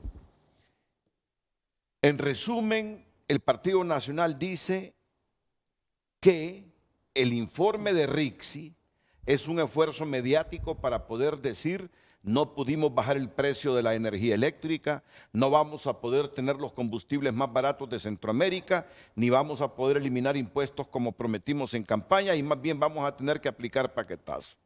En resumen, le mintieron al pueblo, generaron expectativas irrealizables y ahora buscan un culpable para justificar el engaño a todos los hondureños. Hablan del presupuesto 2022, lo están viendo ustedes en pantalla, de la transparencia, del clima de inversión. Hablan de que los mejores avales que tienen ellos son las calificadoras de riesgo, lo que dijo el Banco Interamericano de Desarrollo o el representante del Fondo Monetario Internacional. No va a dar tiempo para que específicamente se refieran ustedes a estos argumentos del Gabinete Económico del 2010-2022, que el país se deja con una proyección positiva de ingresos para el 2022 para que el presupuesto aprobado se pueda ejecutar. La recaudación de ingresos es progresiva y a diario la Tesorería General de la República recibe recursos, los cuales están determinados por el comportamiento de la economía, misma que es favorable, de acuerdo a la información publicada por la CEFIN en su página web durante el año 2022. Ingresos ascienden a 15.877 millones, gastos a un poco más de 10.000 millones. Esto demuestra valores recaudados y que aún no se ejecutan por el orden de cerca de 5.000 millones de lempiras, más los ingresos que a diario se recibirán a lo largo del presente ejercicio fiscal. Dinero hay para poder hacer frente a las demandas inmediatas de recursos, refiriéndose a lo que decía Rixi, que inclusive esté en precario el poder pagarle los salarios a los trabajadores de la salud y de la educación. Renato, en primer lugar quiero señalarles que las promesas de campaña ya se están cumpliendo. El Congreso Nacional aprobó un decreto en donde se señala que las personas que consumen menos de 150 kilovatios hora al mes no van a pagar luz eléctrica. El Congreso aprobó a iniciativa de la presidenta Xiomara Castro una rebaja a los precios de los combustibles de 10 lempiras por galón de gasolina, que ya se hizo efectivo. Entonces lo que dicen que es que esta es justificación para no cumplir. No, realmente las cosas se están cumpliendo y se van a cumplir con mayor fuerza en el futuro restante. A mí me llama la atención este sentido. El gobierno tiene un mes.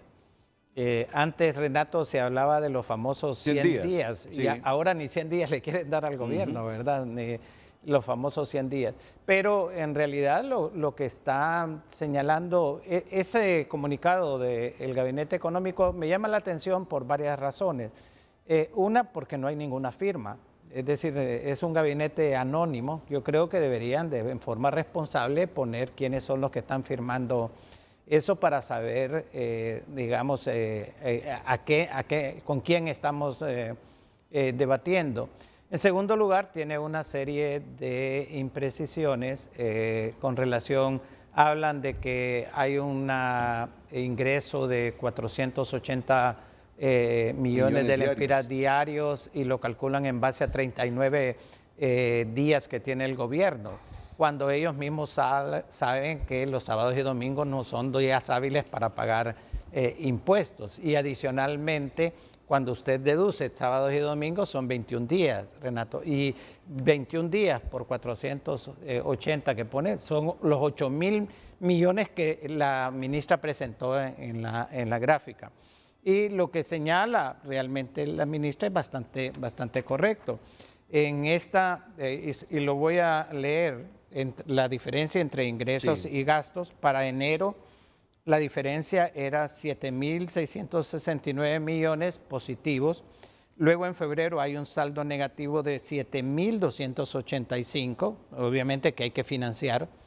Pero en marzo está hablando de, se da el salto más alto debido a la cancelación que tiene que darse de deuda interna y externa de 31.319, o sea, más de 4 veces el déficit de febrero. Entonces, lo que se refirió la ministra realmente es que se tenían que hacer esfuerzos para financiar estos 31.000 millones que están de déficit.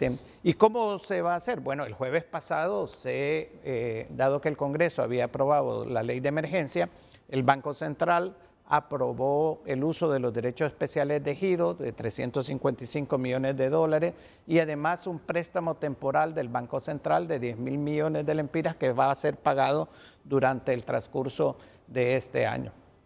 En pocas palabras, que la ministra está realmente señalando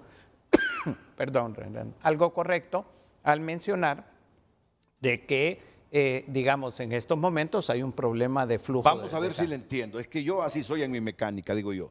Si yo le entiendo, va a comprender todo el público. Es decir, los compromisos que tenemos para marzo de pago de servicio, de deuda pública, interna y externa, creo que hasta nos toca pagar un bono soberano. Así es. Compromete los recursos para los pagos internos que el gobierno tiene que hacer. Por eso decía la ministra, no sé cómo vamos a pagarle a trabajadores de la salud y a los maestros. Así lo debemos entender. Sí, pero obviamente ya se encontraron los mecanismos a través de financiamiento. Con los derechos especiales de giro, el préstamo del Banco Central. Y el préstamo del Banco Central de Honduras. Y otro préstamo que va a entrar de Japón también de 100 millones de dólares. O sea que pueden tener tranquilidad los trabajadores de los dos ministerios. No, así es, por los esfuerzos que está haciendo la Secretaría, pero lo que señaló la ministra es totalmente correcto. Correcto. Y además que es una situación fiscal realmente precaria. ¿Sabe qué es lo que pasa, Renato, en el fondo? Es que los parámetros que utilizan los señores del Gabinete Económico 2010-2022 no son los mismos que nosotros utilizábamos. Pedro lo señalaba. Ellos se van a referir y se van a seguir refiriendo a que bajaron el déficit fiscal. Y que ellos mismos hicieron al crecer. No, exacto, a eso es lo que me iba a referir, Cuando hablan, dicen, en los últimos años el déficit fiscal ha sido bajo, pero si nosotros miramos la deuda, por ejemplo, en el 2008, en diciembre de 2008 eran 3.000 millones de dólares, actualmente son 16.000 millones de dólares, y esto que no se computan algunas otras deudas. Cuando nosotros miramos cuánto era el déficit que finalizó el gobierno del presidente Zelaya, era 2.5 del Producto Interno Bruto. En el año del golpe subió a 6. El primer año del gobierno nacionalista, 4.7. El segundo año, 4.6. El tercer año subió a 6%. Y el cuarto año, el 2013, fue de 7.9%, el más alto desde los años 90. Solo el 2013, para ganar las elecciones, utilizaron de endeudamiento 30.000 millones de lempiras. Entonces ellos se refieren a los últimos, a lo que ha pasado después del 2016, 2014, 15, 16, pero se les olvida que ese déficit, el costo fue absorbido por la mayor parte de la población, porque le aumentaron al impuesto sobre ventas, le aumentaron al impuesto a la gasolina, le aumentaron a las tarifas públicas, redujeron los bienes en salud y en educación. Esa reducción del déficit fiscal, que ahora se sienten muy, muy orgullosos, lo hicieron sobre las espaldas de la mayor parte de la población y al mismo tiempo aumentaron exoneraciones, hicieron contratos APPs como los que acabamos de mencionar, sumamente irregulares. Y todos estos elementos. Y una cuestión adicional, Renato, a raíz de esos paquetazos, el promedio de aumento de ingresos que tuvo el gobierno de Porfirio Lobo 2010, 2014 hasta enero fue de alrededor de 4.500 millones. El aumento de los ingresos que tuvo la primera fase del gobierno de Juan Orlando de 2014 a 2017, comienzos del 2018, fue el doble de los ingresos. Entonces, no solamente aumentó la recaudación tributaria muy fuerte debido a los paquetazos, sino que también aumentó la deuda del país. Entonces, por eso es que esa cifra de 168,000 se queda realmente corta, porque la pregunta que se hace el público en general es ¿dónde está el dinero? ¿Dónde está ese aumento de los ingresos? ¿Dónde está ese aumento del endeudamiento? Y ahora nosotros tenemos unas finanzas que uno no puede dejar de desconocer que son precarias, cuando usted tiene que utilizar alrededor del 30% de sus ingresos del gobierno, o mejor dicho, del presupuesto del gobierno central para pagar deuda, usted está sumamente limitado para los programas sociales. Entonces, que vengan a decir estos señores de que dejaron esto en condiciones de crecimiento, mire, todo el tiempo lo que sacan es estándar, las calificadoras de riesgo. Y las calificadoras de riesgo, ¿qué es lo que hacen? A usted le miden su capacidad de endeudamiento.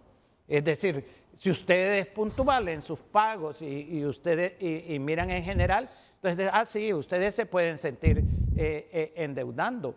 Pero y mire lo que dice el mismo comunicado, es que eso implica tasas de interés bajas, implica mayor inversión. Y esas calificaciones se las vienen dando desde hace 4 años. Y la inversión extranjera se ha desplomado en el país. Entonces, ¿dónde está la correlación? ¿Dónde está la correspondencia? No la hay, Renato. ¿Por qué? Porque ellos nunca le hablan de temas como, por ejemplo, el empleo. Nunca le dicen, hemos mejorado el empleo. Al contrario, el nivel de desempleo en el país ha aumentado. Como dijo Pedro, el nivel de pobreza ha aumentado en el país. Ellos no miden las características. Mire, nosotros hemos retrocedido en el índice de desarrollo humano, en el índice de la percepción de corrupción. Hemos retrocedido en toda una serie de indicadores internacionales.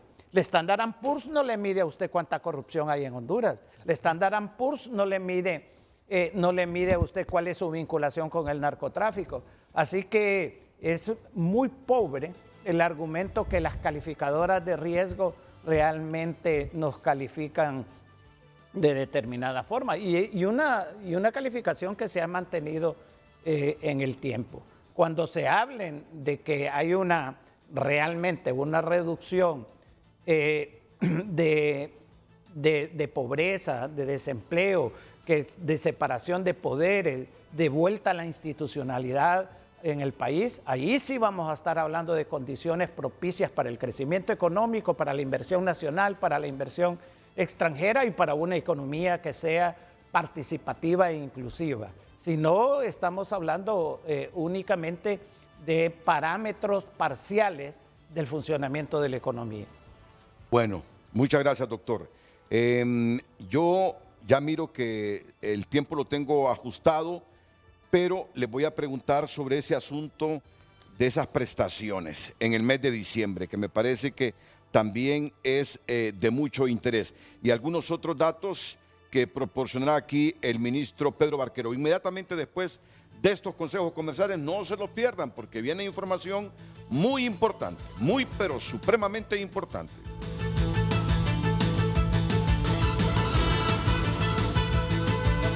Dice el economista y rector de la Universidad José Cecilio del Valle, Julio Raudales, un ejemplo claro de la falta de transparencia fue la compra del avión presidencial, que fue hecha con recursos del fideicomiso de la tasa de seguridad y se vendió como si hubiese sido una donación.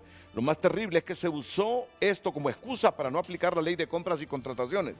¿ese avión presidencial lo compró el Estado de Honduras o fue una donación, doctor? La información que yo tengo, Renato, es que lo compró el Estado de Honduras y después se quiso utilizar a la Embajada de Taiwán como que lo había donado. Probablemente ahora que se apruebe la derogación de la ley de secretos podamos tener acceso importante a la compra de ese avión y dilucidar públicamente. Pero yo estoy casi seguro que fue comprado con recursos del Estado. Me dice Julio que con recursos de la tasa de seguridad. Me dice Claudio, pregúntele a sus invitados de hoy si hay dinero para el pago de maestros. Ya lo respondió el doctor Pino, sí hay. Todo se va a pagar. Todo se va a pagar, Pedro. Sin lugar a dudas, todo se va a pagar.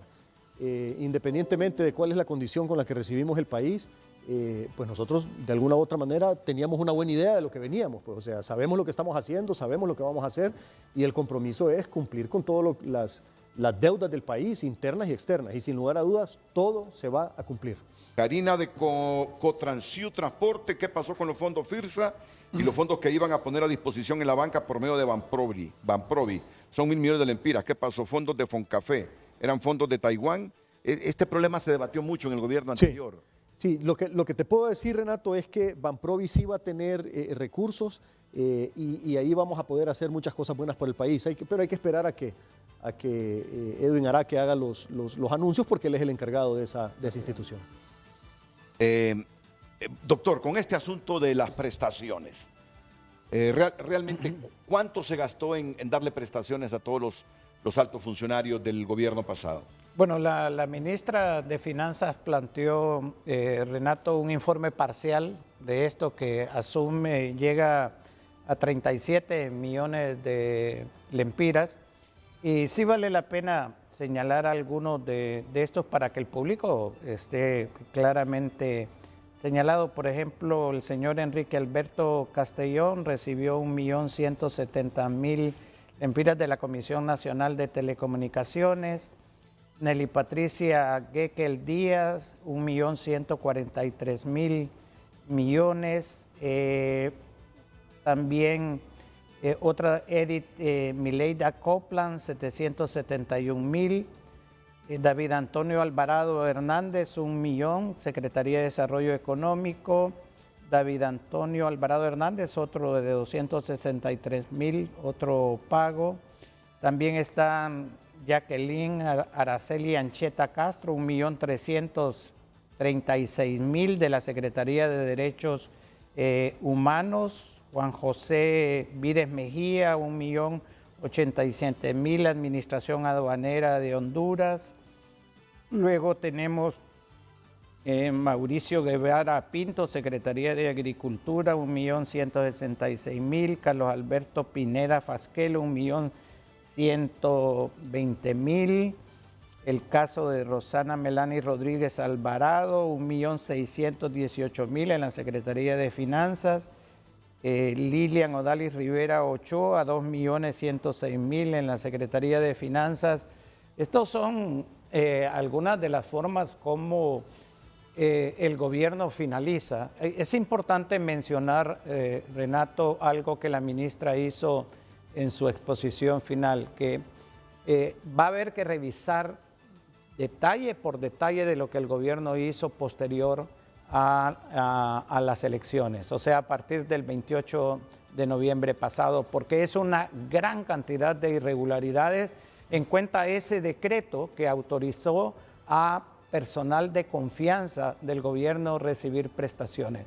Yo creo que esto es antiético, debido realmente, puede ser legal, pero es obviamente antiético porque estos funcionarios recibían altos salarios, tenían una serie de privilegios y todavía después del desempeño muy cuestionable del gobierno terminan siendo recompensados con enormes cantidades. Y esos 37 millones solo es un elemento parcial, todavía falta contabilizar a una gran cantidad más de empleados públicos que recibieron estas sumas millonarias.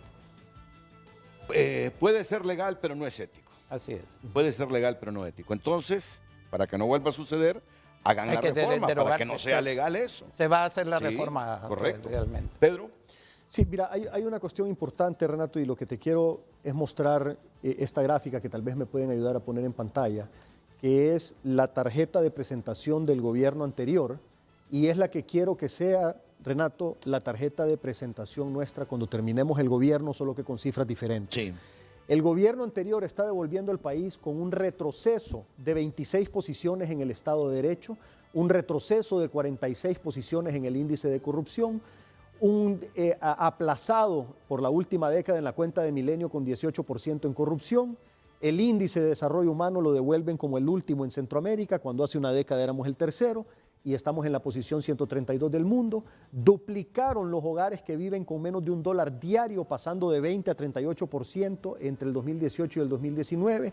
El 96% de la población económicamente activa gana menos de 2 salarios mínimos. El PIB creció cada vez menos, a excepción de este año anterior, que fue un efecto rebote de la pandemia, que eso lo podemos discutir más adelante. El Doing Business retrocedió 29% y la inversión extranjera directa se perdió en un 66% entre el 2014 y el 2019. Digan lo que digan, Renato, esta es la tarjeta de presentación del gobierno anterior. Y estos indicadores son los que, si Dios nos da la oportunidad, vamos a estar revisando en 4 años y vamos a entregar el país mucho mejor que como lo estamos recibiendo nosotros, porque ese es el compromiso con el pueblo hondureño. O sea, Carlos, poneme esa gráfica de nuevo. Pedro, ¿a qué aspiras en el Estado de Derecho? A mejorar. ¿Te has puesto una meta? Sí. Yo sé que cuantificarla es bastante subjetivo, ¿no? Porque muchas cosas pueden suceder en el camino, pero bueno, en el Estado de Derecho no debería suceder nada en el camino. En el Estado de Derecho deberíamos decir, el objetivo es... Lo mismo con el índice de corrupción. Tenemos que tener un índice de corrupción de acuerdo a los estándares mundiales mejor que lo de la región latinoamericana. No podemos estar de mediocres siempre pensando que las últimas posiciones en el mundo son las que nos merecemos. Los hondureños nos merecemos mucho más que eso, mucho mejor que eso, y para eso estamos trabajando y para eso vamos a trabajar estos 4 años, Renato, para que dentro de 4 años, cuando vengamos a presentar estos indicadores, estemos dejando una mejor Honduras para todos los hondureños. Muy bien, vamos a la última pausa comercial, ya venimos solo a despedirnos. Doctor, y miren, todos sabemos qué pasó desde la elección de la Junta Directiva Provisional del Congreso Nacional. ¿Para usted se requiere algún proceso adicional en el Congreso para legalizar plenamente a Redondo y la Junta Directiva? ¿O cree usted que ya el hecho está consumado, legal o con algunas pizcas de ilegalidad? No, Renato, para mí realmente es un hecho consumado y basado en la legalidad del proceso que se dio. Puede haber mucha controversia o polémica de cómo se dio, pero sí es realmente legal lo que sucedió en el Congreso Nacional. Y ahora tiene usted, digamos, el reconocimiento al Congreso, no solamente del Ejecutivo, sino del Poder Judicial. Una vez que se aplican las leyes, el Poder Judicial las está aplicando esas leyes. Así que es una situación que ya está determinada, es un Congreso, una Junta Directiva legal, están participando todas las bancadas y vamos a seguir en la ruta de aplicación de leyes que beneficien al pueblo hondureño.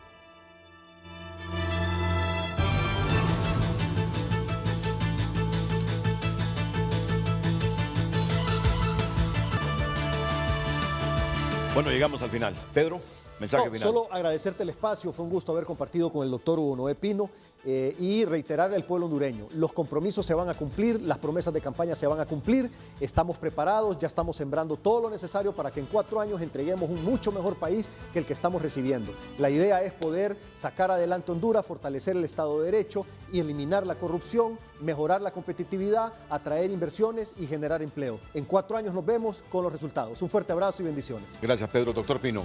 No, Renato, solo aprovechar la oportunidad para señalarles que desde el Congreso presidido por el ingeniero Luis Redondo estaremos apoyando las iniciativas del Poder Ejecutivo que beneficien al pueblo hondureño y también generando iniciativas de que la población se sienta orgullosa del Congreso Nacional. Muchas gracias, doctor. Muchas gracias, Pedro. Gracias a ustedes.